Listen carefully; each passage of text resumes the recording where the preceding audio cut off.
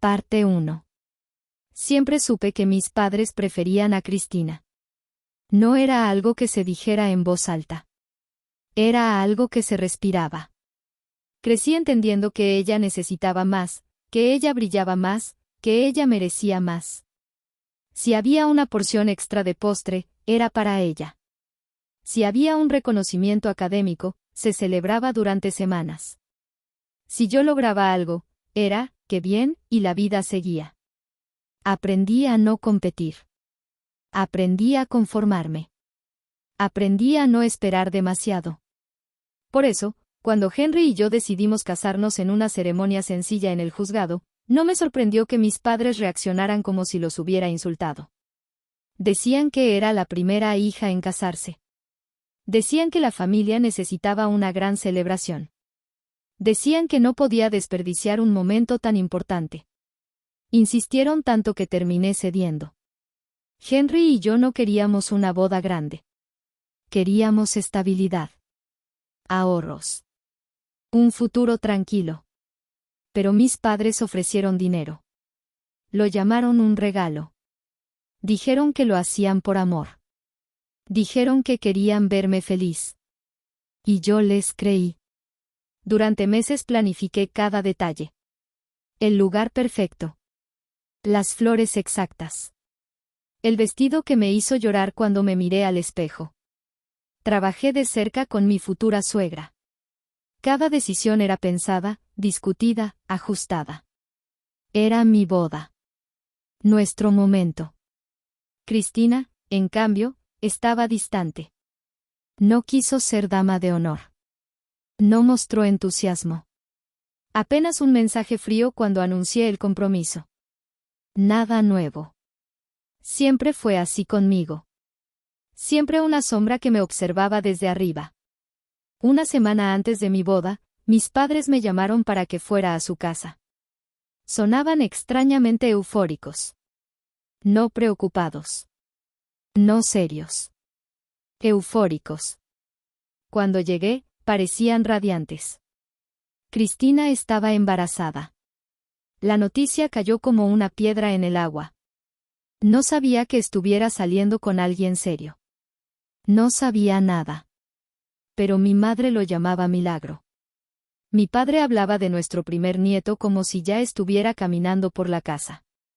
Intenté procesarlo. Felicitarlos. Entender. Entonces vino la segunda parte. Cristina iba a casarse. Eso tenía sentido. Si estaba embarazada, era lógico. Lo que no tenía sentido fue lo que vino después. Mis padres no podían pagar 2 bodas. Y como ya habían invertido en la mía, lo más razonable, según ellos, era que yo cediera mi boda para que Cristina la usara. Al principio pensé que no había escuchado bien. Sentí ese vacío extraño en el estómago cuando algo es tan absurdo que tu mente intenta corregirlo. Pero no. No había error. Querían que cancelara mi boda, que volviera al plan del juzgado y que Cristina tomara mi lugar. El lugar. Los proveedores. La fecha. El vestido. Mi vestido. Decían que siempre podría casarme más adelante. Que yo no estaba embarazada. Que esto era más urgente. Que Cristina lo necesitaba más. Me quedé paralizada. Había pasado meses organizando todo. Habíamos invertido dinero propio.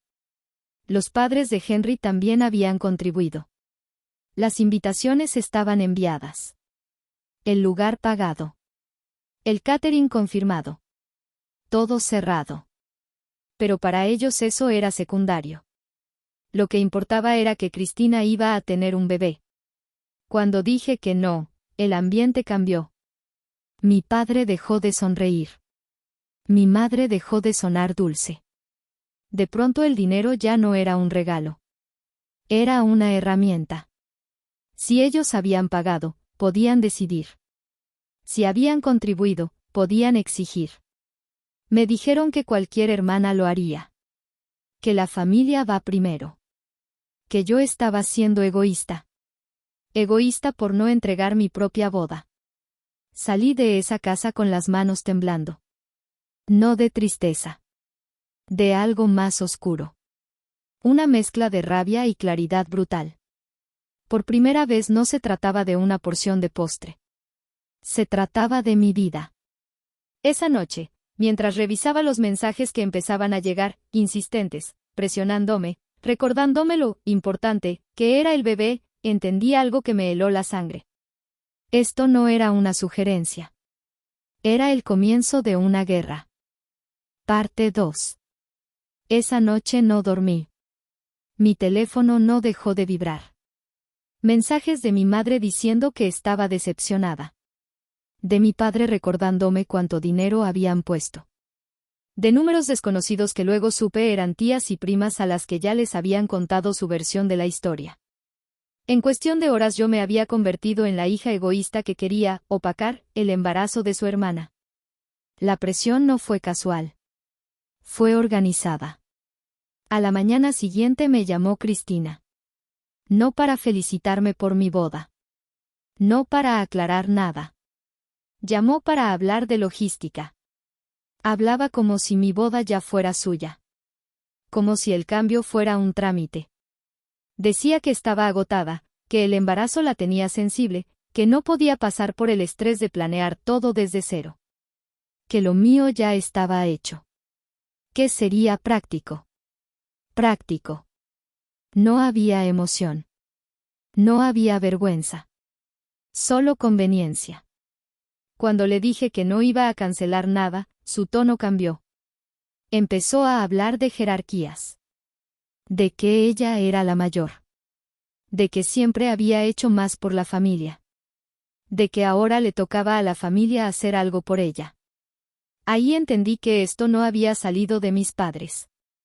Había salido de ella. Colgué con una sensación de suciedad. Como si me hubieran usado sin tocarme. Le conté todo a Henry. Vi en su cara algo que nunca había visto, furia pura. No teatral. No exagerada. Fría. Él había visto cuánto trabajé.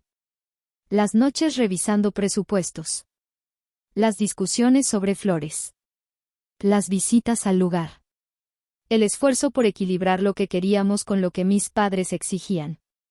No podía creer que ahora quisieran borrarlo todo. Decidimos algo esa misma noche. Les devolveríamos el dinero. No porque tuvieran razón. No porque tuvieran derecho. Sino porque no queríamos una sola excusa más sobre nuestras cabezas. Si el dinero era la cadena, la romperíamos. Eso significaba usar nuestros ahorros. Significaba pedir ayuda a los padres de Henry. Significaba empezar el matrimonio con un pequeño préstamo encima. Pero también significaba libertad. Al día siguiente llamé a mi madre para avisarle que íbamos a devolverles cada centavo. Pensé que eso cerraría el tema. Me equivoqué. No les importaba el dinero. Les importaba el control. Mi padre empezó a decir que aunque lo devolviéramos, el daño ya estaba hecho. Que Cristina estaba emocionalmente afectada. Que su embarazo era delicado. Que si algo le pasaba sería mi culpa por no apoyarla. Esa fue la primera vez que sentí algo más que rabia. Sentí miedo. No porque fuera a ceder. Sino porque estaba viendo hasta dónde estaban dispuestos a llegar. Ese mismo día empezaron los rumores. Una prima me escribió preguntando si era cierto que yo había aceptado donaciones para mi boda y ahora me negaba a ayudar a mi hermana embarazada. Un tío insinuó que tal vez estaba celosa porque Cristina siempre había sido más exitosa. Alguien estaba alimentando una narrativa. Y no era yo. Cuando fui a revisar el contrato del lugar por pura precaución, me encontré con algo que me dejó helada. Habían llamado preguntando por cambios en la titularidad del evento. No se había hecho ningún cambio, pero alguien había intentado averiguar qué se necesitaba para transferir la fecha y el contrato a otro nombre. No hacía falta ser detective para saber quién. Por primera vez la idea dejó de ser absurda y empezó a volverse peligrosa. No estaban esperando a que yo cediera. Estaban explorando cómo forzar el cambio. Esa tarde recibí un correo del proveedor de catering confirmando que solo aceptarían modificaciones con mi firma directa y verificación de identidad. Me preguntaron si todo estaba bien porque habían recibido una llamada, confusa. Confusa. Me senté frente a la pantalla sintiendo como algo dentro de mí se endurecía. Esto ya no era presión emocional. Era manipulación activa. Llamé a Cristina. No contestó. Llamé a mi madre. Me dijo que estaba exagerando. Que nadie estaba haciendo nada indebido. Que solo estaban preguntando opciones. Que yo estaba viendo fantasmas. Pero los fantasmas no llaman a proveedores. Esa noche Henry vino conmigo a hablar con el lugar en persona. Actualizamos la seguridad del contrato. Añadimos contraseñas. Pedimos que cualquier cambio requiriera presencia física y documento oficial. El encargado nos miró con una mezcla de curiosidad y preocupación. No era la primera vez que veía peleas familiares por bodas, pero sí la primera vez que alguien intentaba apropiarse de un evento completo a una semana de celebrarse. Cuando salimos del lugar, Henry me tomó la mano y me dijo algo que me dejó pensando toda la noche. Esto no es sobre una boda. Es sobre poder. Y tenía razón. Cristina no quería una ceremonia. Quería ganar. Y mis padres estaban dispuestos a quemarlo todo con tal de que ella lo hiciera. Esa fue la noche en que dejé de sentirme culpable. Y empecé a prepararme para lo que venía. Porque si estaban intentando mover contratos sin mi permiso, lo siguiente no sería una llamada confusa. Sería algo mucho más directo. Parte 3. Los siguientes días fueron una escalada constante. No hubo tregua. No hubo reflexión. Solo más presión. Empezaron a llegar mensajes más agresivos. Ya no eran insinuaciones. Eran acusaciones directas. Mi madre decía que Cristina estaba llorando sin parar. Que el estrés podía afectar al bebé. Que yo estaba poniendo en riesgo la salud de mi propio sobrino por capricho. La palabra capricho se repetía como un martillo. Mi padre fue más lejos. Me dijo que, si yo insistía en casarme ese día, no solo no asistirían, sino que harían público todo lo que había sacrificado Cristina por mí durante años. No entendí de qué hablaba. Nunca hubo sacrificios. Pero el tono era claro, iban a ensuciar mi imagen. Mientras tanto, Henry y yo ya habíamos transferido el dinero para devolverle su regalo. Pedimos ayuda a sus padres. Firmamos un acuerdo privado para devolverles cada mes una cantidad fija. Era humillante tener que endeudarnos por algo que nunca debió convertirse en una guerra, pero al mismo tiempo sentí algo parecido al orgullo. Ya no podían usar el dinero como arma. Fui a entregarles el comprobante en persona. No quería más llamadas. No quería más intermediarios. Quería cerrar esa parte de una vez. Henry insistió en acompañarme. Cuando entramos a la casa de mis padres, el ambiente estaba cargado. No había alegría. No había sonrisa. Cristina estaba sentada en el sofá con una expresión fría, casi expectante, como si estuviera esperando un espectáculo. Les entregué el sobre con la transferencia impresa. Mi padre lo miró apenas unos segundos y lo dejó sobre la mesa sin tocarlo. Dijo que el dinero no solucionaba nada. Dijo que el daño ya estaba hecho. Dijo que ahora Cristina estaba avergonzada frente a la familia porque todos sabían que yo me negaba a apoyarla. Henry habló. Con calma, pero firme. Les recordó que habían intentado contactar a nuestros proveedores sin autorización. Que eso era grave. Que no volvería a ocurrir. Mi padre se levantó de golpe. No fue un gesto simbólico. Fue brusco. La silla cayó hacia atrás. Se acercó demasiado a Henry. Demasiado. Yo me interpuse sin pensarlo. Sentí el empujón antes de procesarlo.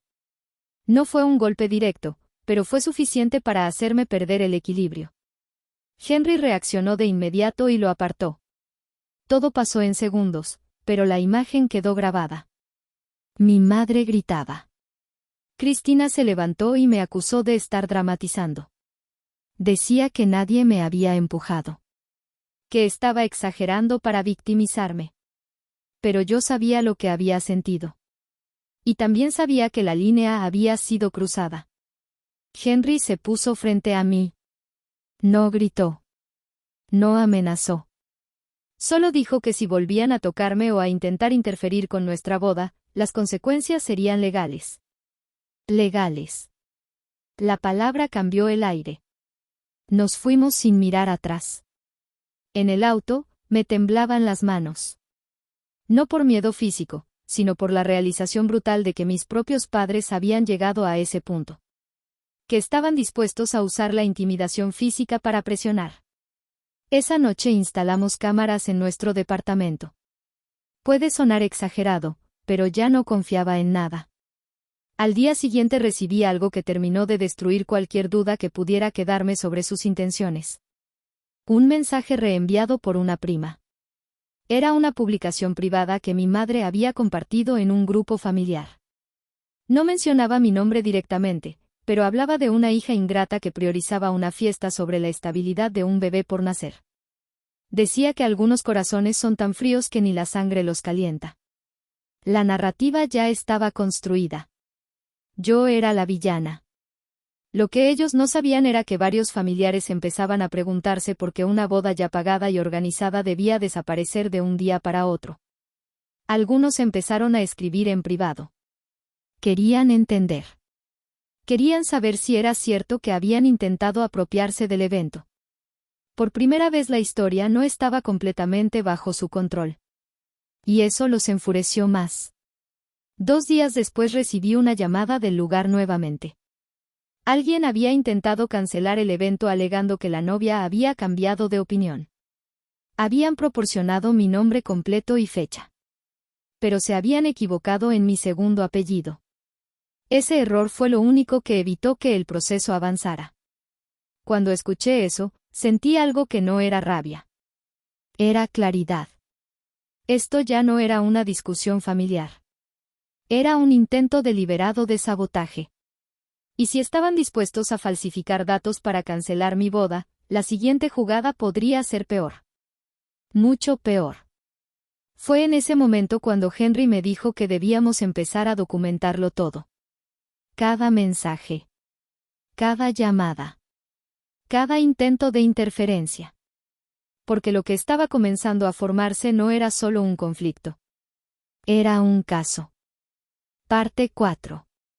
A partir de ese intento de cancelación entendí que ya no podía reaccionar emocionalmente.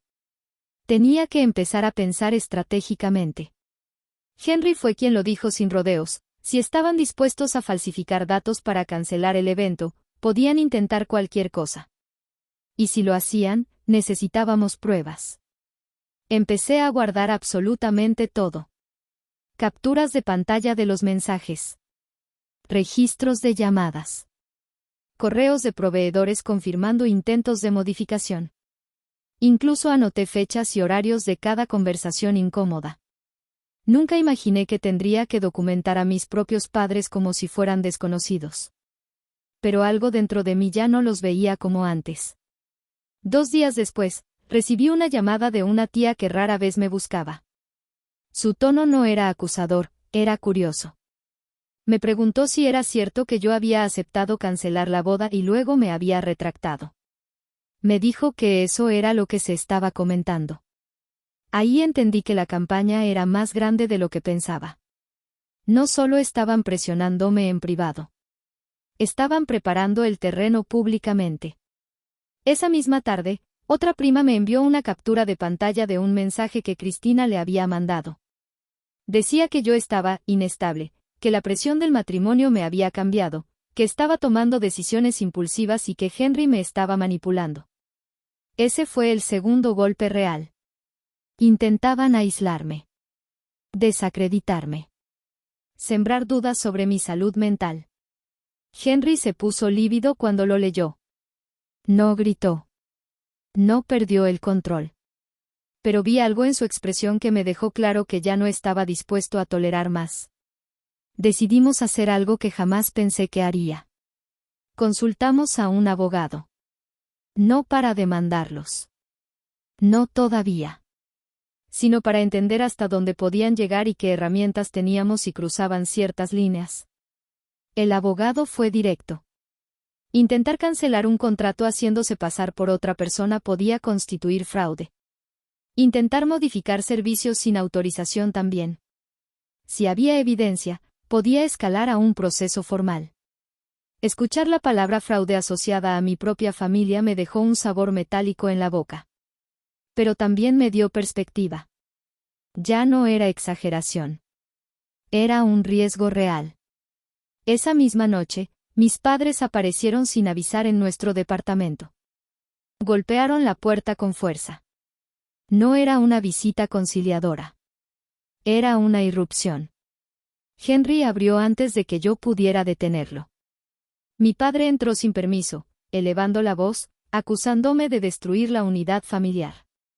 Mi madre lloraba, pero no era un llanto suave, era un llanto teatral, diseñado para hacerme sentir monstruosa. Cristina no estaba. Y eso me hizo entender que esta era la fase de presión final. Mi padre se acercó demasiado otra vez. No llegó a tocarme, pero su cuerpo invadía mi espacio con una intención clara de intimidación. Henry se interpuso de inmediato. El tono subió. Las acusaciones también. En medio del caos, mi madre dijo algo que me dejó helada. Dijo que si seguía adelante con la boda, se asegurarían de que nadie asistiera. Que contarían la verdad.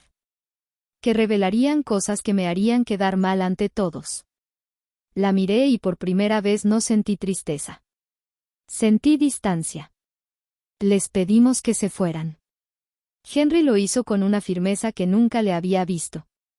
Cuando mi padre se negó, Henry tomó el teléfono y dijo que llamaría a la policía por invasión y alteración del orden. Esa fue la primera vez que vi miedo real en sus caras. Se fueron, pero no en silencio. Las amenazas siguieron mientras bajaban las escaleras. Cuando cerré la puerta, me apoyé contra ella y entendí que ya no había retorno. Esto no se iba a resolver con una conversación tranquila. Esto no era un malentendido. Era una lucha por control. Esa noche enviamos una notificación formal, redactada por el abogado, exigiendo que cesaran cualquier intento de interferencia con nuestros contratos y nuestra boda. No era una denuncia. Era una advertencia legal. La respuesta llegó al día siguiente. Un mensaje de Cristina. Decía que yo estaba exagerando todo. Que nadie había hecho nada ilegal.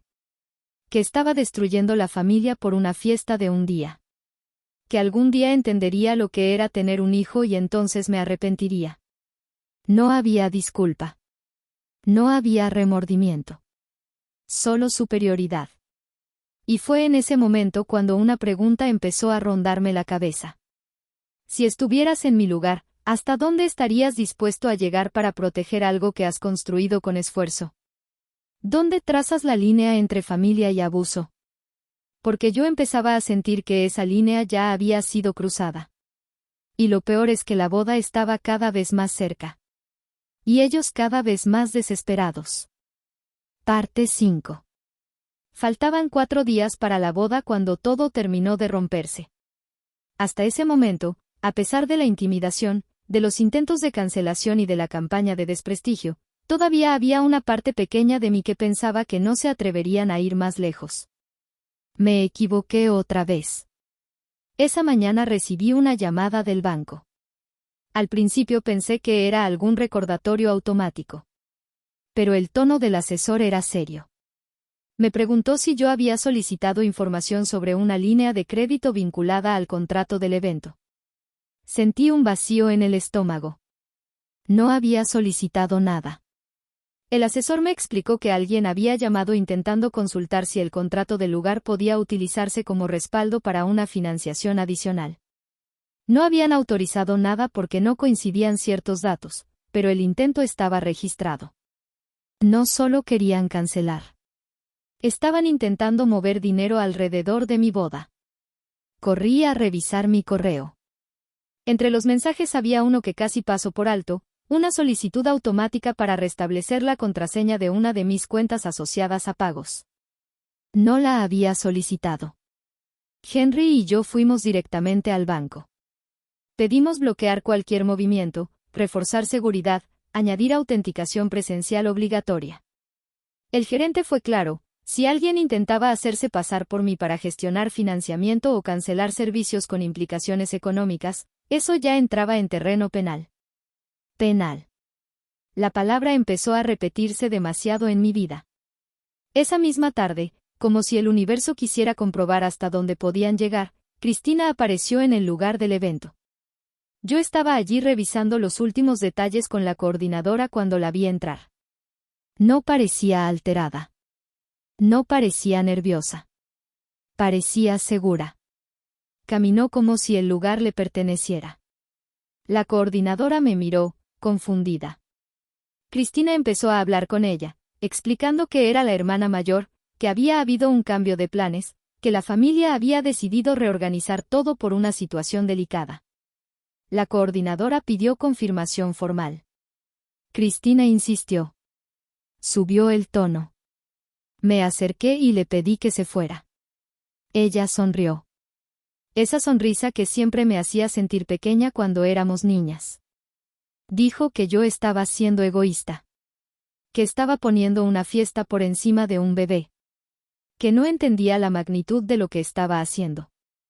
Cuando intenté tomarla del brazo para apartarla del escritorio de la coordinadora, reaccionó bruscamente. Me empujó. No fue un accidente. Fue directo. Sentí el impacto en el pecho y di un paso atrás. Perdí el equilibrio por un segundo. La coordinadora intervino de inmediato y llamó a seguridad del lugar. Cristina empezó a llorar de repente, diciendo que yo la había agredido primero, que estaba embarazada, que la estaba atacando. La escena era grotesca. Yo estaba paralizada entre la incredulidad y la rabia. Seguridad llegó rápido. Revisaron cámaras. Las cámaras no mienten. Se veía claramente cómo ella avanzaba hacia mí y cómo me empujaba. La coordinadora me preguntó si quería presentar un reporte formal interno del incidente. Me dijo que, si lo hacía, quedaría constancia escrita de agresión y alteración del orden. La miré. Miré a Cristina, que ya había dejado de llorar y me observaba con odio abierto. Dije que sí. Se levantó un informe. No era aún una denuncia penal, pero era un registro oficial. Cuando Cristina se dio cuenta de que había cámaras y reporte, su actitud cambió. Intentó minimizarlo. Dijo que había sido un malentendido. Que estaba sensible por el embarazo. Pero ya no era una discusión privada. Era un incidente documentado. Salí del lugar con el corazón latiendo tan fuerte que me dolía el pecho. Llamé al abogado desde el estacionamiento. Le expliqué todo. Me dijo que ahora la situación había cruzado otra línea. Intento de interferencia contractual. Posible intento de fraude financiero. Agresión física documentada. Me preguntó si quería proceder. Y por primera vez en toda esta pesadilla, no dudé. Sí. Porque ya no era solo mi boda. Era mi seguridad. Era mi estabilidad financiera. Era la evidencia de que, si no ponía un límite legal real, esto escalaría hasta donde ellos quisieran. Esa noche enviamos una notificación formal más severa. Advertencia clara de que cualquier nuevo intento de interferencia sería denunciado. La respuesta no fue una disculpa. Fue silencio. Un silencio pesado. Y algo dentro de mí supo que ese silencio no significaba rendición. Significaba que estaban planeando algo más. Y la boda era en 3 días. Parte 6. El silencio duró exactamente 24 horas. Luego explotó todo. Recibí una llamada que jamás pensé que tendría que contestar antes de mi boda. Era el prometido de Cristina. Su voz no sonaba feliz. No sonaba emocionada por su futura esposa embarazada. Sonaba confundido y furioso. Me preguntó si era cierto que yo estaba intentando sabotear la boda de Cristina. Me dijo que mis padres le habían contado que yo estaba creando problemas legales por celos. Sentí que el mundo se inclinaba. Le pregunté qué estaba pasando exactamente. Y fue ahí cuando todo empezó a desmoronarse. Me dijo que algo no cuadraba. Que las fechas no coincidían. Que había acompañado a Cristina a una consulta médica privada porque quería estar presente. Que hubo inconsistencias. Que no existían registros claros del embarazo en la clínica donde supuestamente la habían atendido antes. Me dijo que estaba empezando a sospechar. El aire se me fue de los pulmones. Durante días me habían llamado egoísta, cruel, desalmada por no priorizar un bebé. Y ahora el propio padre del supuesto bebé estaba dudando. No le dije nada acusatorio. Solo le conté lo que estaba pasando. Le conté los intentos de cancelación. La presión. La agresión en el lugar. Hubo un silencio largo al otro lado de la línea. Luego dijo que iba a investigar. Esa misma tarde, mis padres me enviaron un mensaje exigiendo que retirara cualquier advertencia legal porque estaba estresando innecesariamente a Cristina. La palabra estrés volvía a aparecer. Pero esta vez yo ya sabía que algo no encajaba. Al día siguiente, el prometido de Cristina fue directamente a hablar con mis padres. No estuve presente, pero supe lo que ocurrió porque él mismo me llamó después. Había exigido pruebas médicas claras. No evasivas. No explicaciones vagas. Pruebas. No las hubo. Intentaron desviar el tema. Intentaron hacerlo sentir culpable por dudar de una mujer embarazada. Intentaron convertirlo en el villano. Pero él ya estaba viendo demasiado. Esa noche, Cristina me llamó. No para disculparse. Para culparme. Dijo que yo había sembrado dudas. Que estaba arruinando su vida. Que estaba interfiriendo donde no me correspondía. Negó todo. Dijo que el embarazo era real. Que solo había habido confusiones administrativas. Pero su voz no sonaba segura. Sonaba desesperada. 2 días antes de la fecha en que mis padres planeaban reorganizar apresuradamente su boda alternativa, el prometido tomó una decisión. Canceló. No solo la boda. La relación. Había descubierto que Cristina nunca estuvo embarazada. No había bebé. Nunca lo hubo. Todo había sido una mentira. Una mentira diseñada para acelerar una boda. Una mentira usada como arma emocional contra mí. Cuando la noticia se corrió, el escándalo fue inmediato. La familia que me había señalado empezó a guardar silencio. Algunos comenzaron a llamarme para disculparse. Otros fingieron que nunca habían opinado. Pero lo peor apenas comenzaba. Porque organizar una boda de emergencia a gran escala, pagando depósitos no reembolsables, acelerando contratos, contratando servicios de último minuto, no es barato. Los padres del ahora exprometido habían aportado dinero. Mucho dinero. Y cuando descubrieron la mentira, no solo cancelaron su apoyo. Exigieron devolución completa. Y no estaban dispuestos a aceptar excusas. Mis padres, que habían corrido a organizar todo para su hija dorada, ahora enfrentaban facturas imposibles de recuperar. El exprometido no solo rompió el compromiso. Contrató abogado. La acusación era clara: fraude y daños económicos derivados de una representación falsa que los llevó a invertir dinero en un evento basado en una mentira. Fraude. La palabra que antes rondaba mi boda ahora caía sobre ellos. Y esta vez con consecuencias reales. Mis padres intentaron contactarme. No para disculparse. Para pedirme que retirara cualquier intención legal de mi parte, argumentando que la familia ya estaba demasiado dañada. Pero ya no tenían control. La demanda del exprometido avanzó. Se sumaron intereses. Penalizaciones por cancelaciones tardías. Costos administrativos. Honorarios legales. Las cifras empezaron a crecer. Y mientras todo eso explotaba, mi boda seguía en pie. Firme. Intacta. Por primera vez en semanas, entendí que el poder había cambiado de manos.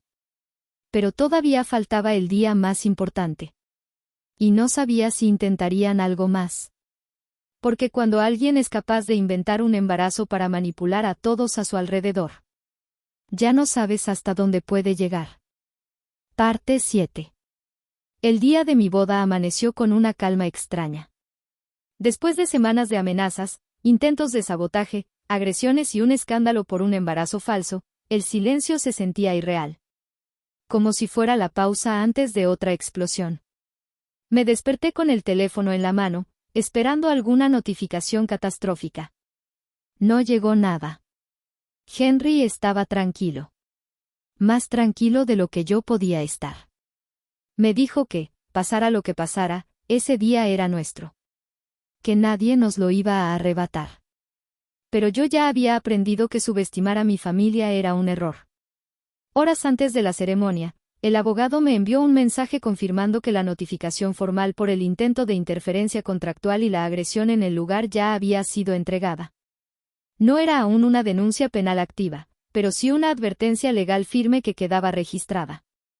Si intentaban algo ese día, las consecuencias serían inmediatas. Llegué al lugar con una mezcla de emoción y tensión. El equipo estaba preparado. Seguridad reforzada. Lista de invitados estricta. Nadie entraba sin verificación. No por paranoia. Por experiencia. La ceremonia comenzó sin incidentes. Y por primera vez en semanas, respiré.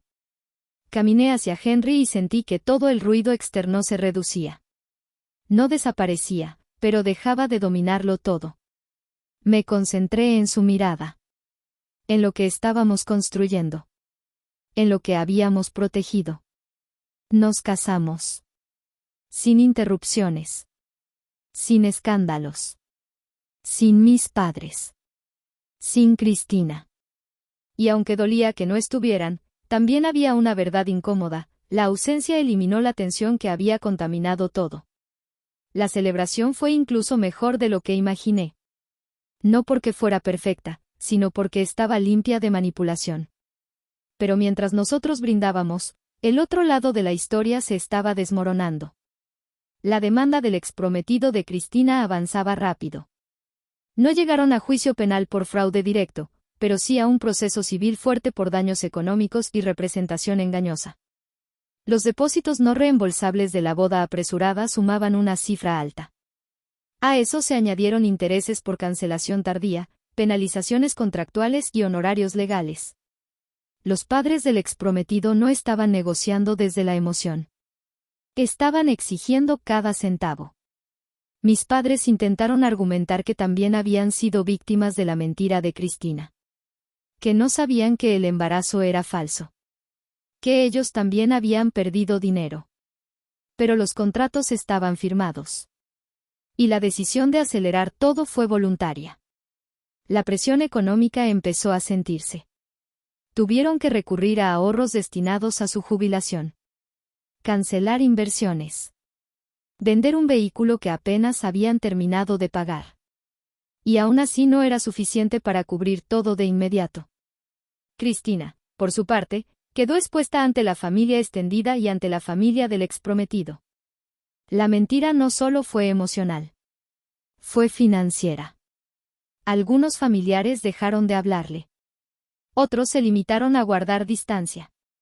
La narrativa de la hija dorada empezó a agrietarse. Pero lo más fuerte no fue el dinero. Fue la reputación. En círculos sociales donde la imagen lo era todo, la historia del embarazo falso corrió rápido. La confianza se evaporó. Las invitaciones sociales disminuyeron. Las miradas cambiaron. Mientras tanto, yo estaba en mi luna de miel, intentando procesar que en cuestión de semanas mi vida había dado un giro irreversible. No solo me había casado. Había perdido a mis padres. No formalmente aún. Pero emocionalmente, algo se había roto sin posibilidad de reparación inmediata. Al regresar, me encontré con una notificación oficial. El proceso civil había concluido con un acuerdo extrajudicial significativo. No hubo juicio público porque la familia del exprometido prefirió cerrar rápido, pero el monto fue alto. Más alto de lo que mis padres podían absorber cómodamente. Cristina también fue obligada a asumir parte del pago. Intereses incluidos. Compensaciones incluidas. Consecuencias reales. La familia que me llamó egoísta ahora estaba enfrentando deudas estructuradas. Y por primera vez en todo este proceso, no sentí culpa. Sentí algo distinto. Sentí que la verdad, tarde o temprano, termina pasando factura. Pero la historia todavía no había terminado. Porque cuando el dinero empieza a escasear y la reputación se quiebra, algunas personas reaccionan aceptando la realidad. Y otras reaccionan buscando a quién culpar. Y yo sabía exactamente hacia dónde iban a apuntar. Parte 8. No tardaron ni una semana en intentar convertir todo en mi culpa. El argumento cambió. Ya no era que yo era egoísta por no ceder mi boda. Ahora era que, si yo no hubiera escalado la situación con abogados y advertencias legales, el prometido de Cristina nunca habría investigado tan a fondo. Según ellos, mi reacción había sembrado dudas que terminaron destruyendo su relación. Era una narrativa conveniente. Ignoraba por completo que el embarazo nunca existió. Ignoraba que Cristina había mentido deliberadamente. Ignoraba que intentaron apropiarse de contratos, mover dinero y presionarme físicamente. Pero en su versión, yo era el detonante. Recibí un mensaje largo de mi madre diciendo que la familia estaba destrozada, y que, aunque Cristina había cometido un error, nadie merecía consecuencias tan severas. Hablaba de deudas, de pagos mensuales, de cómo habían tenido que hipotecar parcialmente la casa para cubrir el acuerdo extrajudicial. Hipotecar la casa. Leer eso me produjo un impacto real. No era una exageración dramática. Era una consecuencia tangible. El acuerdo había sido alto. Sumando intereses, penalizaciones y compensaciones, la cifra final superaba ampliamente lo que habían perdido inicialmente. Y como no podían cubrirlo de una sola vez, firmaron un plan de pago con intereses adicionales. Eso significaba años de deuda. Años. Cristina también estaba obligada a contribuir. Pero su situación laboral no era estable. Parte del acuerdo incluía responsabilidad compartida, y si ella incumplía, la carga recaía sobre mis padres como firmantes principales. El efecto dominó ya estaba en marcha. Intentaron reunirse conmigo. Dijeron que necesitaban hablar, como familia. Acepté, pero no fui sola. Henry estuvo presente. Y también informé previamente a nuestro abogado. No iba a entrar en otra emboscada emocional. La reunión fue tensa desde el primer minuto. Mi padre ya no gritaba. Ahora estaba agotado. Mi madre lloraba menos teatralmente y más por desgaste real. Cristina estaba callada, pero su silencio no era arrepentimiento o era resentimiento. Me dijeron que lo mínimo que podía hacer era retirar cualquier intención de denuncia por la agresión y los intentos de interferencia contractual. Que bastante tenían con la deuda civil. Les recordé que la notificación legal no era un capricho. Era una respuesta a acciones concretas. Intento de cancelación fraudulenta. Intento de consulta financiera sin autorización. Agresión física registrada. Difamación pública. Todo documentado. El abogado había sido claro, si repetían cualquier conducta similar, podíamos proceder formalmente por vía penal. Mi padre bajó la mirada cuando mencioné la palabra penal. Por primera vez vi algo cercano al miedo real. Cristina finalmente habló. Dijo que todos cometemos errores. Que ella estaba desesperada. Que el embarazo falso había sido una forma de retener a alguien que sentía que se estaba alejando.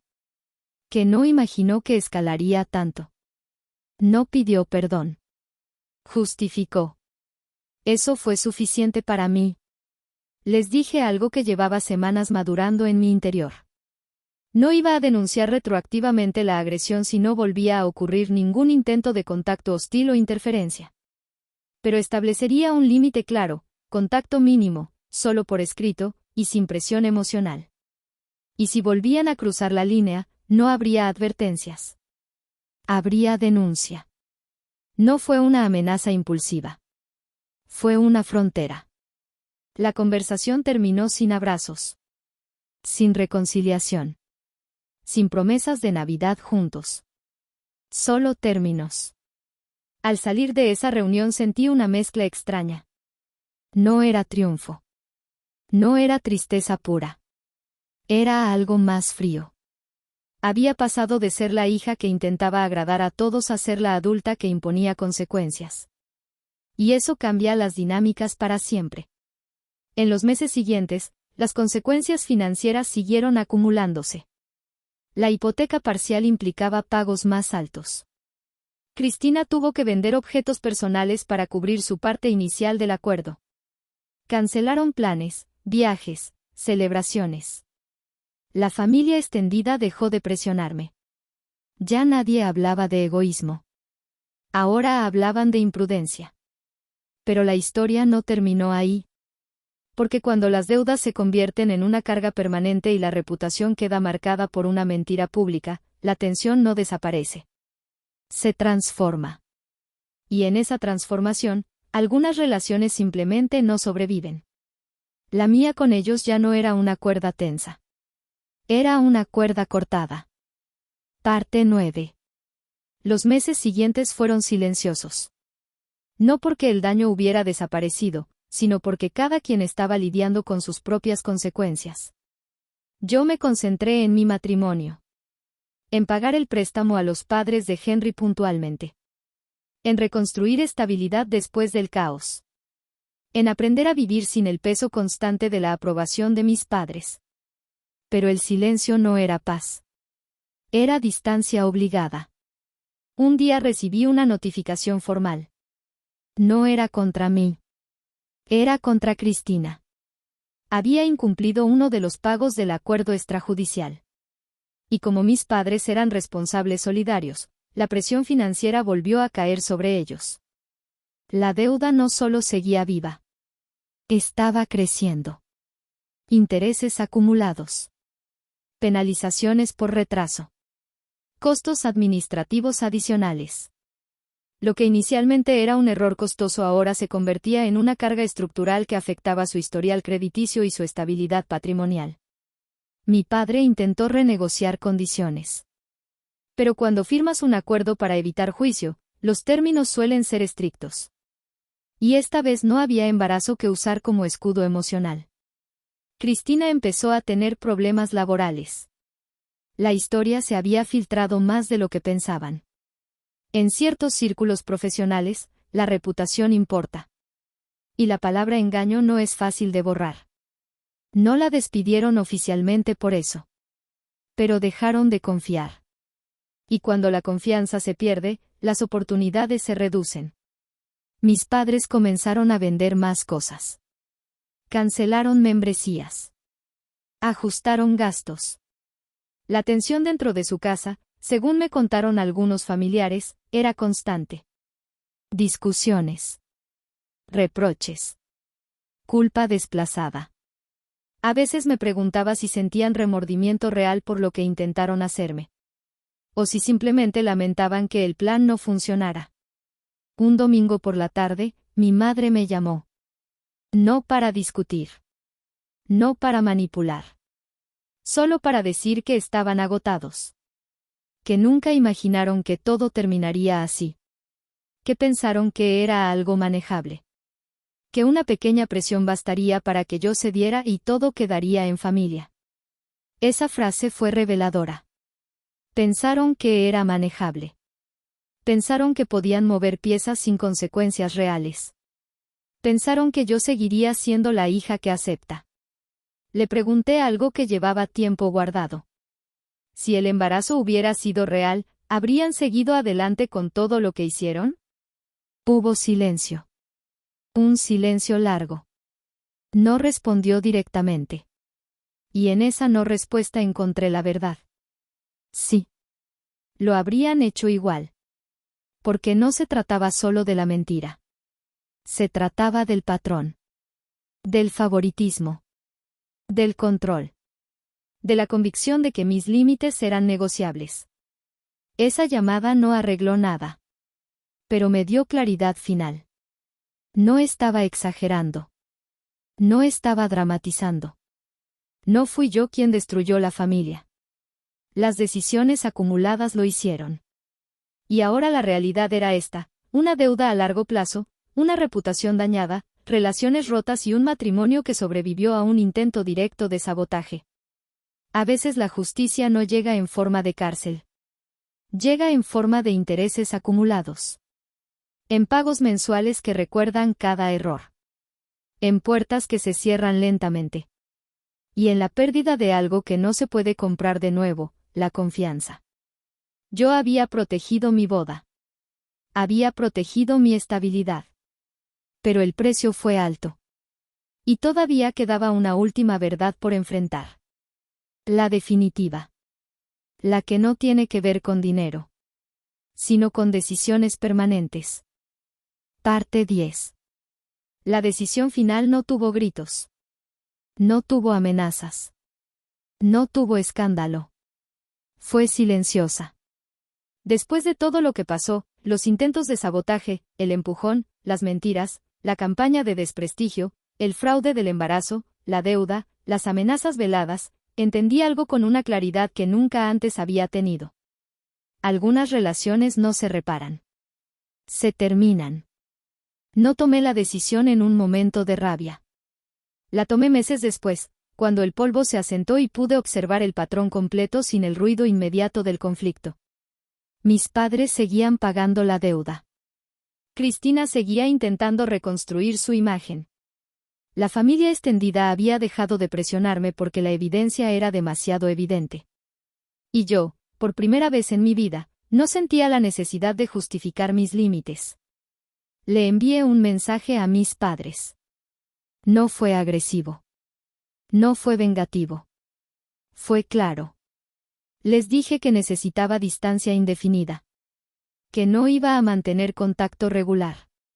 Que no permitiría presión emocional, ni manipulación, ni reinterpretaciones de la historia. Que lo que ocurrió no fue un malentendido, fue una cadena de decisiones conscientes que pusieron en riesgo mi estabilidad emocional, financiera y física. Les dije que el empujón, el intento de cancelación, la manipulación financiera y la mentira del embarazo no eran errores pequeños. Eran quiebres estructurales. No hubo respuesta inmediata. Días después, mi madre escribió algo corto. Dijo que esperaba que algún día pudiera perdonarlos. No mencionó responsabilidad. No mencionó disculpa directa. Solo esperanza. Eso confirmó que mi decisión era correcta. No porque deseara castigarlos, sino porque entendí que sin reconocimiento real no hay reparación real. Hoy mi vida es tranquila. Pago mi préstamo sin retrasos. Mi matrimonio es estable. No hay llamadas inesperadas. No hay presión. No hay intentos de manipulación. Mis padres siguen enfrentando las consecuencias financieras de sus decisiones. La deuda no desaparece rápido. Los intereses no se evaporan por arrepentimiento. Cristina aprendió, de la manera más dura posible, que una mentira puede sostenerse durante días, pero sus consecuencias pueden durar años. Yo aprendí algo diferente. Aprendí que la familia no es una excusa para el abuso. Aprendí que devolver el dinero fue la mejor decisión que pude tomar. Aprendí que documentar, protegerme y poner límites legales no me convirtió en fría. Me convirtió en adulta. Y ahora quiero preguntarte algo. Si estuvieras en mi lugar, ¿habrías cedido tu boda por presión familiar? ¿Habrías ignorado el empujón para mantener la paz? ¿Habrías retirado las advertencias legales para evitar que la deuda creciera?